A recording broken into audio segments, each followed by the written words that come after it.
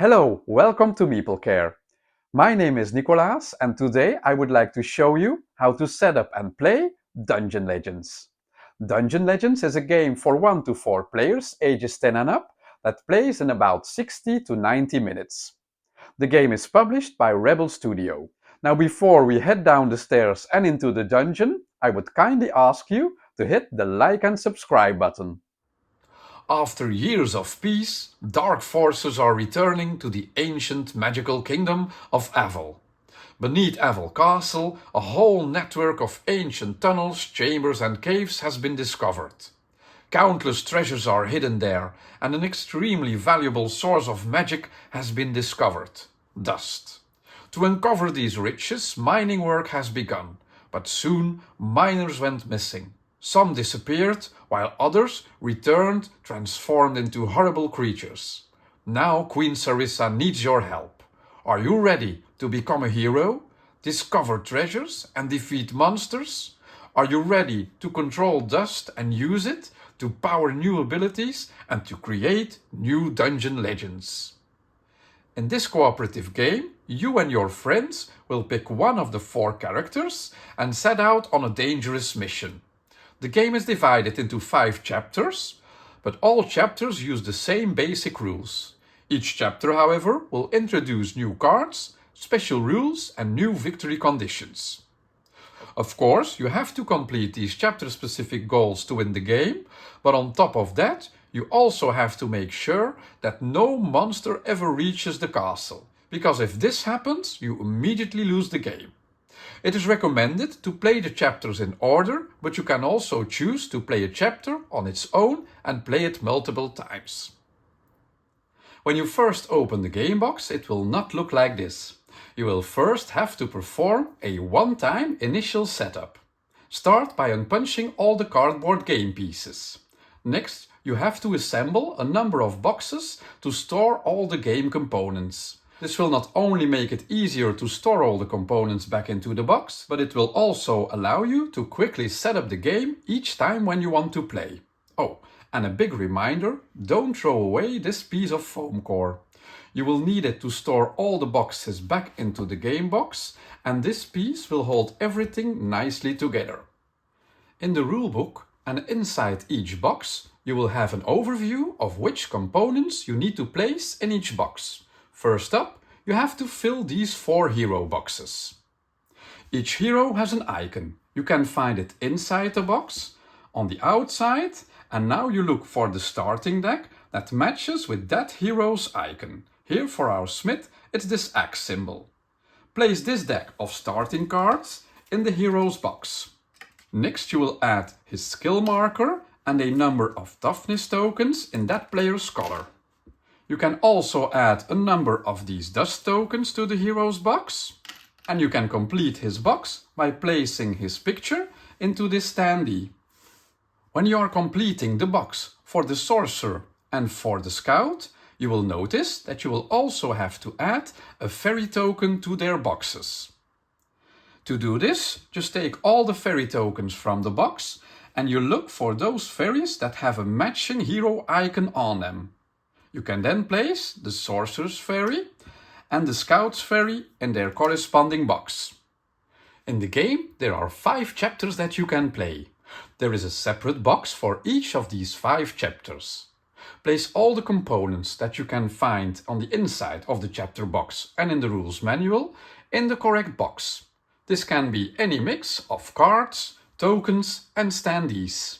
This box holds all the advanced item cards, a deck of universal cards and the 4 starting monster cards. The advanced item cards have a dust ability and have this lovely foil effect. The universal cards are marked with a U. These are monster cards and event cards. The 4 starting monster cards are marked with an S. There is a box for the universal pieces. You will use these pieces for every game.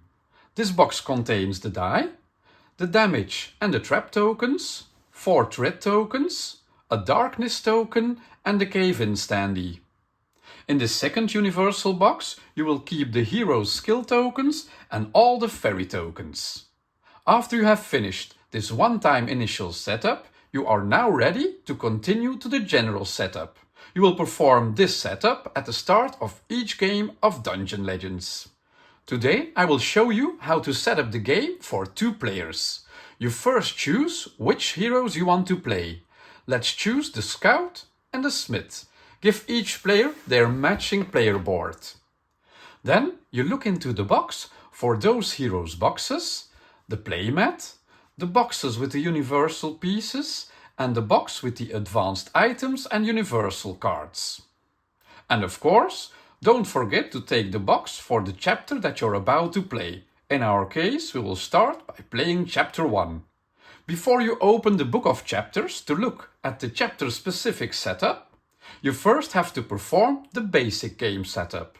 Each chapter will include additional specific setup steps for that chapter, but more on that later. You start by placing the game mat in the middle of the table. You then open the box that holds the deck of universal cards, the deck of advanced item cards, and the 4 starting monsters. Take the universal deck of cards with the monsters and event cards. These cards are marked with the letter U, and you place it face down in this spot on the game mat. You don't have to shuffle this deck now, because each chapter will add some extra cards to this universal deck. So we'll come back to that in a moment. Take this mini deck of 4 starting cards that all have the letter S in the corner. You shuffle that deck and you draw as many cards as there are players. This is the monster passage, and this is the castle entrance. This is the route that the monsters will follow to reach the castle. During the game, any monsters that are drawn from the universal deck will start in this spot and move in the direction of the castle following these arrows. I already mentioned that from the moment any monster enters the castle, the game is immediately over. The starting monsters that you will use, in our game these 2, are placed one by one face up in the empty spaces closest to the castle. The last thing that you find in this box are these advanced item cards. Shuffle this deck and place it face down on its space at the castle entrance. You then draw 3 cards and place them in this market space. Now we will empty this box of universal pieces and give them their place in the gaming area. Place the monster damage tokens along the upper edge of the mat and place all other universal tokens beside the mat's lower edge. The die, the trap and the threat tokens, the darkness token and the cave-in standee. To save a bit of space for this video, I will place these components off to the side.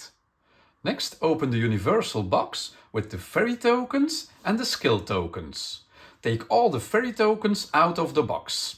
These are the fairy tokens. When you have them on your board, they will help you to perform extra actions. During setup, you already saw that the scout and the sorcerers have their own fairy to start the game. These 2 fairies are returned to those heroes' boxes at the end of the game and will never be stored in this universal box. Shuffle all the fairy tokens and place them face down next to the board.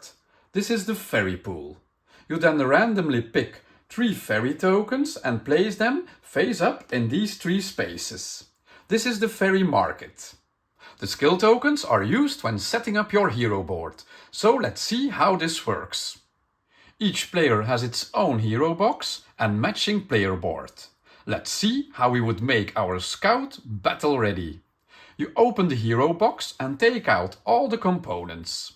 Place the hero board in front of you and take the deck of starting cards for your character. This is your starting deck and all 10 cards have your hero-specific icon. You shuffle this deck and place it face down to the left of your player board. You then draw 5 cards and this will be your starting hand for the game. During the game, you will add advanced items to your deck of cards and this will allow you to take more and better actions during your turn. Each player now chooses one of the many skill tracks that are left on the table. Place the track that you choose in its spot on your player board and place your skill marker in the leftmost spot on that track. During your turn, This track will provide you with extra one-time actions that you can take when you move your tracker. Choosing a skill track is a strategic decision in preparing for a specific chapter, so choose wisely. Place the toughness tokens on their matching spot on the player board. The scout has 5 toughness. If you ever lose your last toughness, your character is temporarily knocked out. Each character also has a number of dust tokens in his or her box. Place all dust tokens in the central area of your player board. And then, depending on your character, you can place a number of these dust tokens on their marked, ready-to-use space. The scout can now add a fairy to his character board. He always starts the game with this fairy that matches his character's symbol. Place that fairy in the matching spot on your player board. Now choose the first player. This should be the person who most recently played the Chronicles of Avil, or the oldest player. The first player puts his hero standee on the 6th space of this hero path. In clockwise order, the following players put their standee on spot number 5, 4 and 3 of the hero path. During the game, players will move along this path to stop at different locations to take actions and fight monsters in the monster passage. To make it easier to follow along in this video, I will take the hero standee out of its standee so you can follow and clearly see the hero. This was the last step in this general setup. Today we are setting up for Chapter 1. So you can now take your book of chapters and turn to the page of this specific chapter, Fire. You can start by reading the introduction text to the scenario, and at the top you can also find that scenario's difficulty. After reading the intro, the book will tell you how to set up for this chapter. Let me show you how this is done for Chapter 1. So now you may open the box for Chapter 1 and place all of its content in front of you on the table. The setup that I will explain next is specific for Chapter 1, so this can and will vary from chapter to chapter. But through explaining this setup and in a few minutes how to play the game, you will be able to play all the other chapters. These are the location cards. You shuffle these 6 cards and you place 1 card face up in each of these 6 location spaces. These location cards will be different for each chapter and provide the heroes with actions that are specific for that scenario. Remember the deck with universal cards that you placed here? It's now time to add these 10 chapter-specific characters to this deck. Give this deck a good shuffle, and now you can place this 30 cards counting deck back into its space. This deck is called the game deck. If it's ever empty and you need to draw a card, you will lose the game. The first chapter is called Fire. To win this scenario, the heroes must extinguish all fires that are on location tiles. You now choose the difficulty level for your game and you place a corresponding number of fire tokens on this conflagration card. You place 6 tokens for an easy game, 7 for a normal game and 8 for a hard game. You then place any remaining fire tokens near the mat. Take 2 randomly chosen fairy tokens from the fairy pool and place them face up in this location. This is the fairy sanctuary location. Now each player takes 1 of these bucket tokens and places it with the empty side facing up near their player board. You can place any leftover bucket tokens not used by the heroes off to the side, and you can place these standees and this mud token to the side of the mat. After all this setup, I can finally show you how to play the game. During the game, each player takes a turn, starting with the first player. You keep doing so until either you win or lose the chapter. There is no specific turn for the monsters, however, they can and some will react when you attack them. On your turn, you play cards from your hand to move, fight the monsters, gather dust and take other actions. At the end of your turn, you will discard your hand of cards and draw a card from the game deck to see if new monsters arrive or if an event happens. Then you will draw 5 new cards from your draw deck to prepare for the next turn. During the game, you will add these advanced items to your deck to make it stronger and take better and more actions. You win if you achieve that chapter-specific winning conditions. Like for our first chapter, we win the game if we have extinguished all the fire. You lose the game if a monster would ever enter the castle, or if a hero needs to draw a card from the game deck and it's empty. Normally, you would play all the chapters in one campaign, starting with Chapter 1, making your way to Chapter 5. But at the end of this explanation, I will also show you how you can adjust the game to play a chapter on its own and not as part of a big campaign. Now, let's take a detailed look at how you play your turn. I will first teach you the basic actions that you can use on your turn. When you are familiar with those, I can show you the specific actions for Chapter 1. On your turn, you can do any combination of the following actions. You can play cards to perform their actions. You can perform the action of the hero's current location. You can use a skill from your skill track. You can use one or more actions of the fairy tokens on your player board. And you can always discard 3 cards from your hand to perform one of these 4 actions. Whenever you play a card and it shows you this dashed line, it means that you will have to choose between one of these 2 actions. You can never perform both. Let's start by playing cards. You start your turn with 5 cards in your hand. The deck that you use to start the game contains 10 starting cards with your character-specific icon. At the top of the card, you can find a number of symbols. You activate these symbols when you play a card from your hand. During your turn, you play cards from your hand and apply their effects. You put the cards that you play in your played card pool in front of you. Let's look at all the actions and effects that you can perform when playing a card. This first symbol is a boot symbol. When you play a card with this boot symbol, you can move your hero 1 space along the hero path. You can move in any of these 2 directions, and you are allowed to stop your movement at a location that already contains a hero. The advanced items will always provide you with an option to take a better action by paying with dust. When you play 1 or more cards with a dust symbol, you may move that amount of dust tokens to this ready-to-use track so you can spend them on these advanced item actions. With this hurricane symbol, you can teleport your hero directly to any space on the hero path. This symbol allows you to regain 1 toughness, so you can add 1 toughness back to your track. And playing a card with the same symbol but with an arrow facing up allows you to completely refill your toughness track. Each time when you play a card with this symbol, you may immediately draw a card from your draw deck, and you can add it to your hand to play it during the same turn. This very small symbol that you can see here, printed next to this boot symbol, is the hero icon.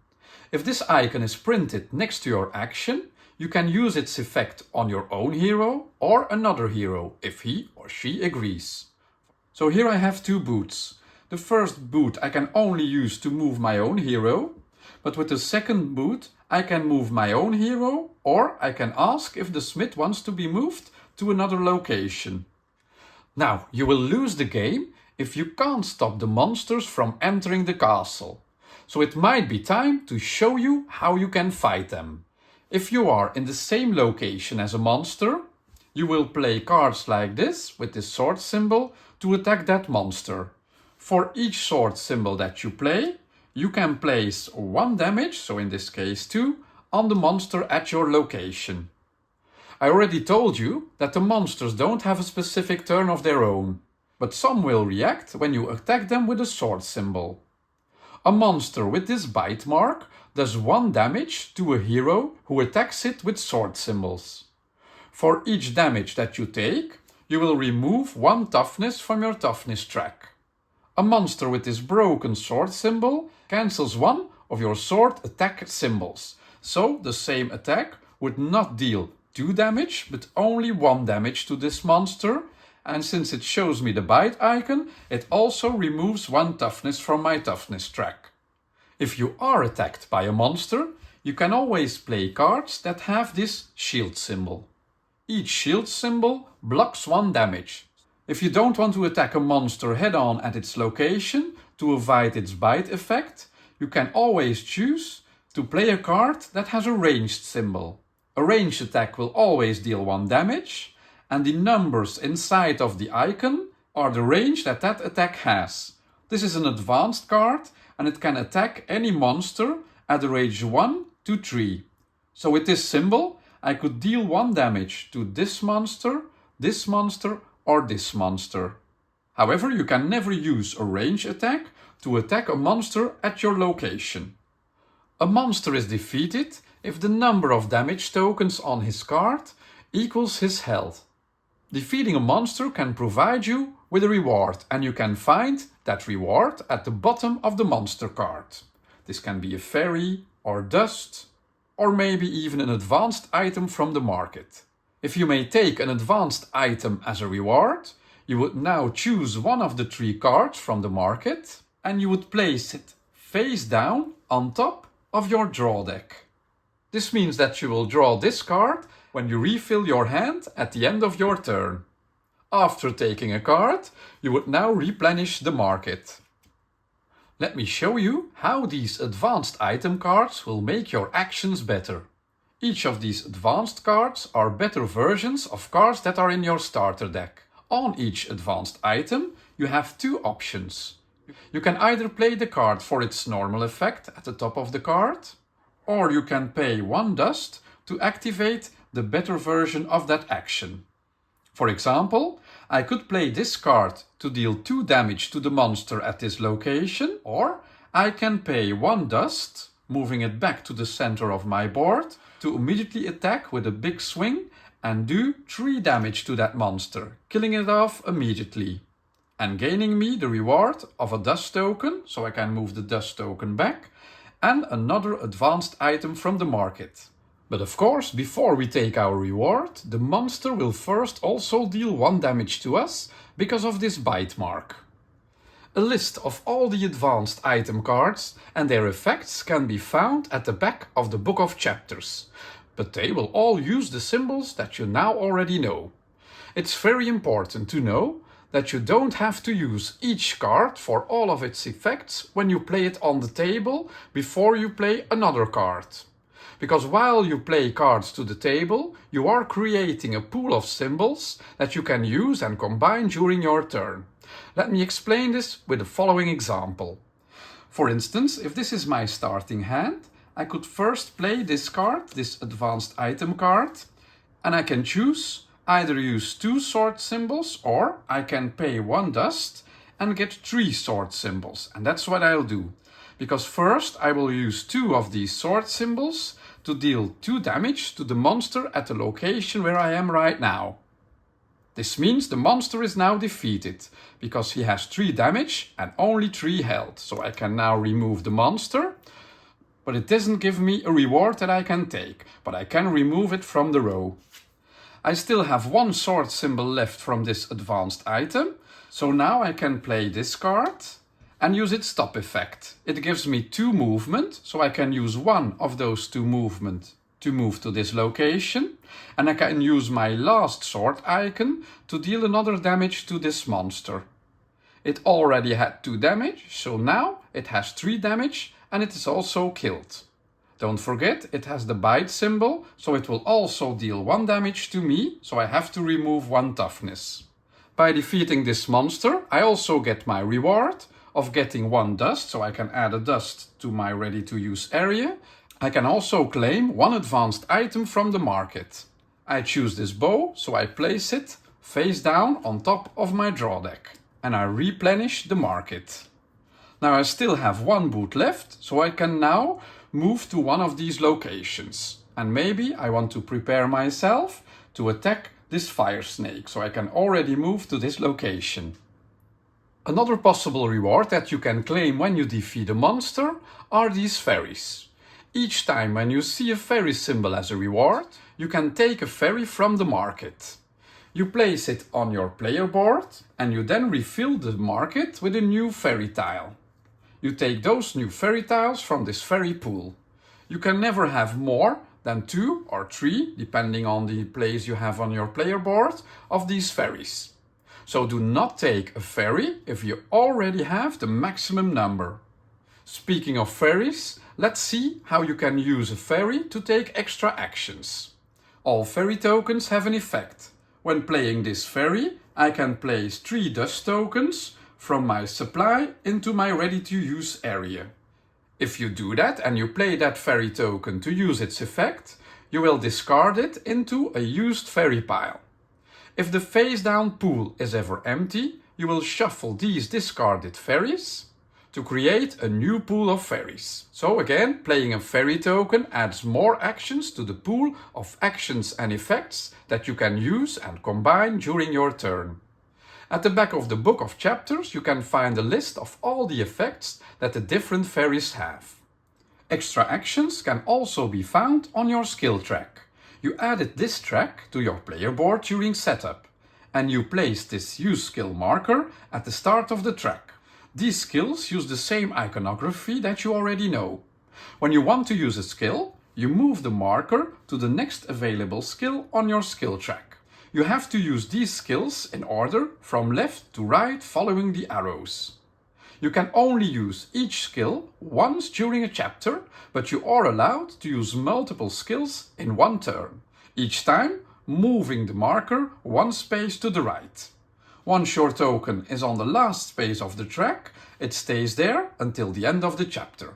The scout's first skill would give him 2 dust, his second would give him 3 movement boots, and his third would allow him to take 2 ranged actions, doing 1 damage, but with a range of 1 to 5.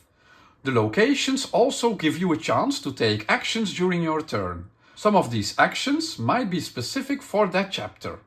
You can take each location action only 1 time during your turn. The exception to this rule is this symbol. When you play a card with this symbol, you can perform an action at a location a second time. I will now show you what specific actions you can take during chapter 1. Our first stop is this ballista location.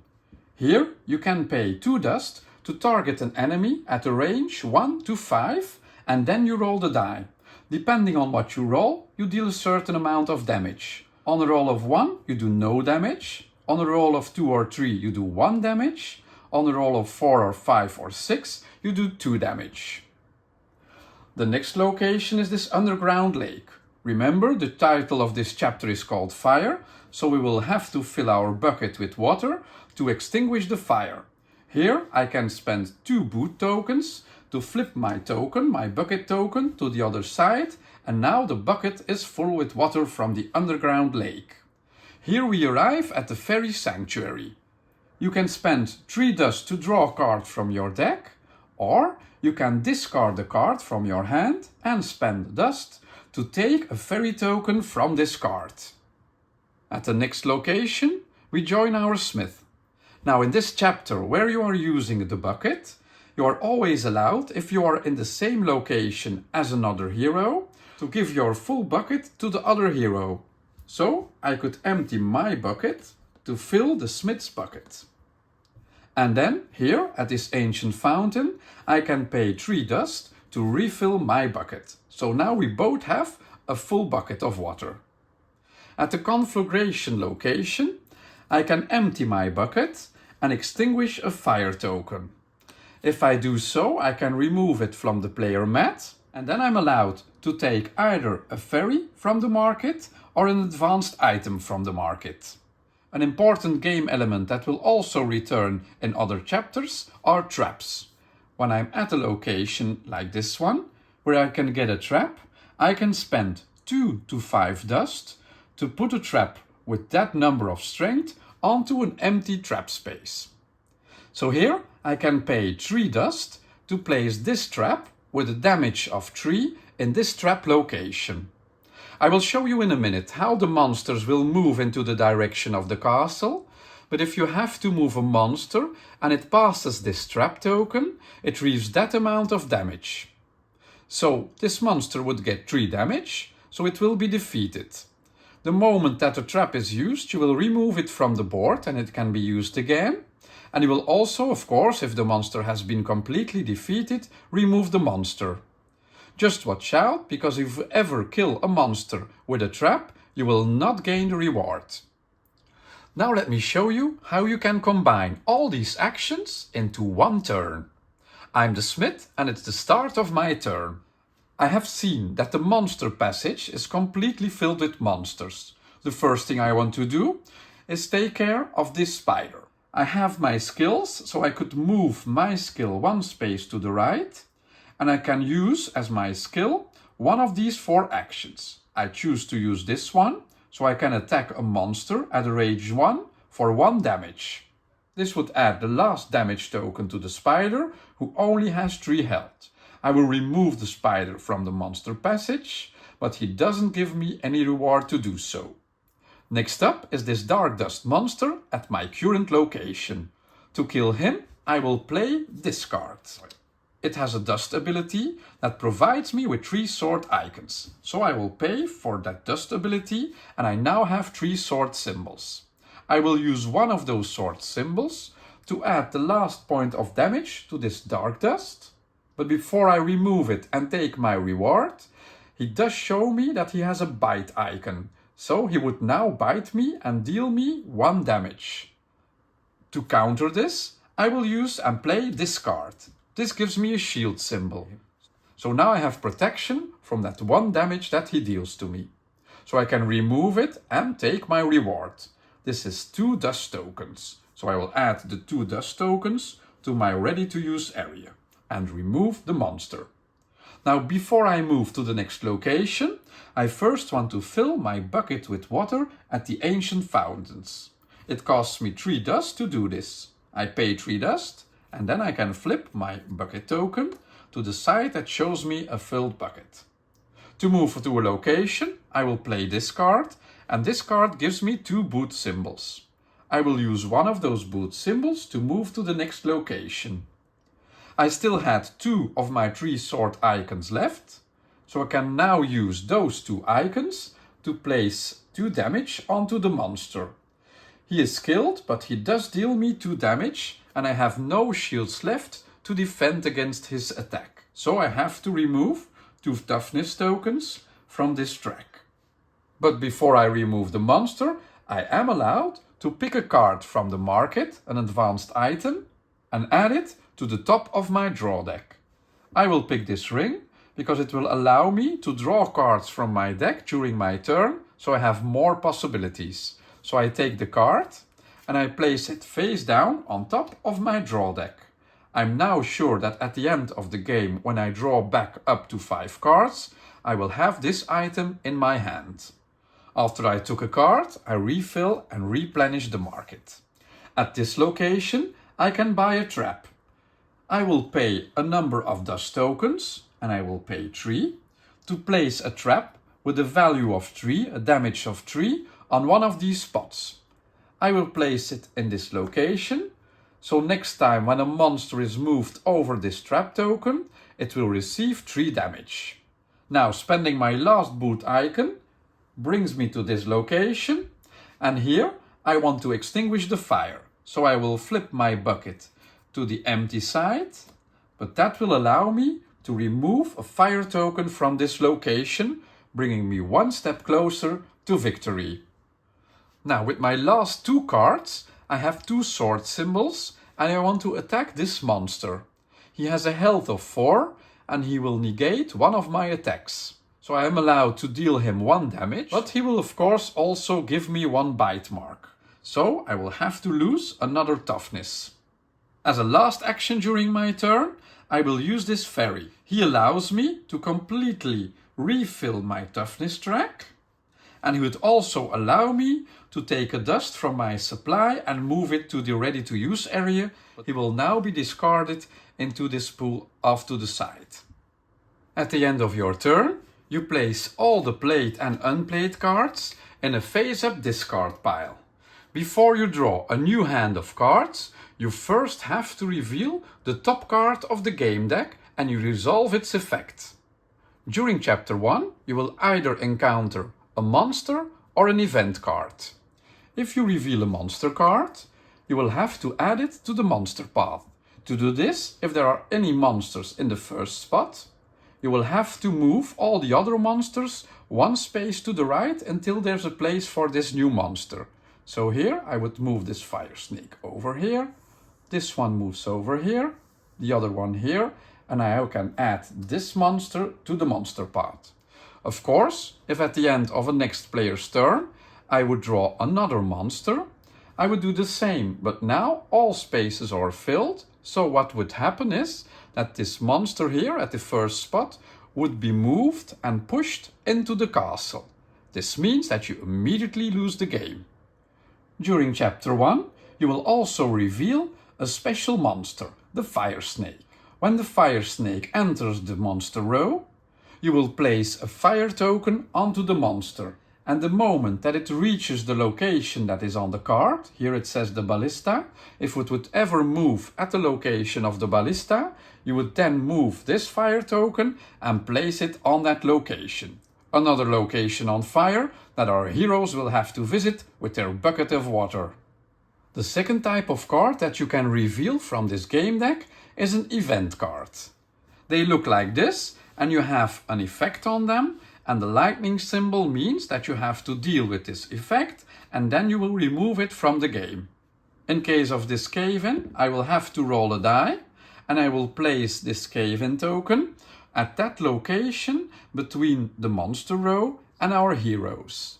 Now, our heroes can no longer attack a monster at that location before they remove the rubble by spending 3 of these sword tokens.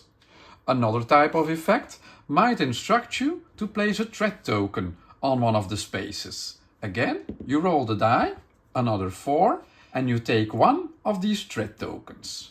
You will notice that there is a spot above each monster to place the token. So at location 4, I would place this token. So here I will have to make an attack with 3 swords to do 1 damage because 2 of my sword symbols are blocked. There are some fairies in the game that will allow you, when you play them, to remove a threat token from the board. And you can also visit this location and spend 3 dust to also remove 1 of those threat tokens. And of course, for chapter 1, there will be event cards that add more fire to locations. In the rulebook, you can find a detailed list of all the universal events at page 7. So remember that each chapter will add different monsters and events that you use for that specific chapter. And the rules for those cards will be explained in the book of chapters. After you dealt with that game card, you now draw 5 new cards from your draw deck, and this is your hand for the next turn. If you need to draw more cards and your draw deck is empty, you will shuffle your face-up discard pile and place it face down to create a new draw pile. For chapter 1, there is a special rule that now kicks in at the end of your turn. If you end your turn at a location with a fire token, you take 1 damage. Now, if during a hero's turn, he or another hero loses his last toughness, they are knocked out. At that moment, the active player ends his turn, and then each hero who removed his or her last toughness regains all their toughness, so you can refill your toughness bar, and you then put your hero on space 7 at the castle entrance. The active player then has to reveal 2 cards from the game deck instead of 1. This could cause 2 monsters to appear in the monster passage in a single turn. So you keep playing until you complete the chapter goal and win the game, or until you lose. You lose the game if a monster is pushed into the castle, or if you need to draw a card from the game deck and that deck is empty. Or there might also be a chapter-specific rule that can cause you to lose the game. As I told you at the start of this explanation, you can choose to play a chapter as a standalone game or as part of a campaign. You can each, at the end of a chapter, select one of the advanced item cards that you gathered that chapter from your own deck, and you will keep it for the next chapter, so you will add it to your deck of starting cards. So, you start in chapter 2 with 11 cards. You can only have one advanced item card in your deck after each chapter. So you will always start a chapter with 11 cards, but you are allowed to choose a new item at the end of a chapter to replace a previous one. And then you place all the non-chosen advanced item cards back into their deck. If you don't want to play a campaign and you only want to play one chapter, you can do that with every chapter. But if you play chapter 2, 3, 4 or 5, each player will first add one advanced item from the market to their starting deck. In turn order, starting with the first player, you each take one card from the market and then you refill it with the top card from the item deck until everyone has taken a card. You would then shuffle that card into your starting deck, so you also have 11 cards at the start of chapter 2, 3, 4 or 5. Whether you are playing an individual chapter or a campaign, you will always choose a new skill track at the start of each chapter. This is all you need to know to set up and play Dungeon Legends. If you like this video, please hit the like and subscribe button, and you can always follow Meeplecare on Facebook, Instagram and YouTube. This was Meeplecare, taking care of your meeple needs.